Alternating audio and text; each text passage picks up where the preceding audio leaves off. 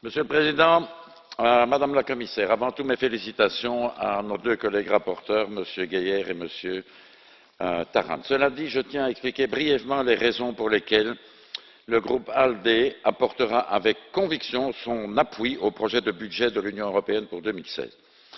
Nous estimons en effet que le projet qui nous est soumis propose des avancées budgétaires significatives pour rencontrer les grands défis auxquels l'Union européenne doit faire face et qui sont autant de nécessités. La nécessité de relancer la croissance et l'investissement, en particulier par le renforcement du soutien à Horizon 2020, à Connecting Europe Facility et au programme COSME qui est stratégique pour les PME.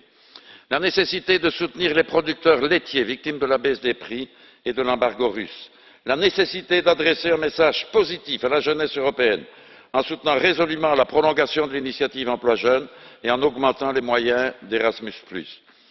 La nécessité de faire face avec efficacité et humanité à la crise migratoire. C'est pourquoi nous soutenons avec conviction le renforcement des moyens au fonds AMIF et la création de l'instrument visant à fournir une aide humanitaire d'urgence au sein même de l'Union.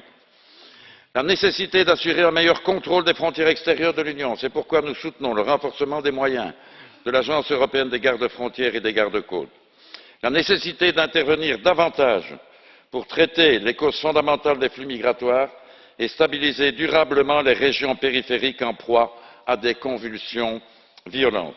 Et enfin, la nécessité de renforcer notre vigilance pour prévenir et neutraliser les menaces terroristes. C'est pourquoi nous soutenons le renforcement des moyens attribués au Fonds pour la sécurité intérieure et nous demandons également de renforcer les moyens humains et matériels mis à la disposition d'Europol et j'estime personnellement que si on veut accroître son efficacité au maximum, elle devrait pouvoir engager pas moins de 90 personnes supplémentaires dans le courant de cette année.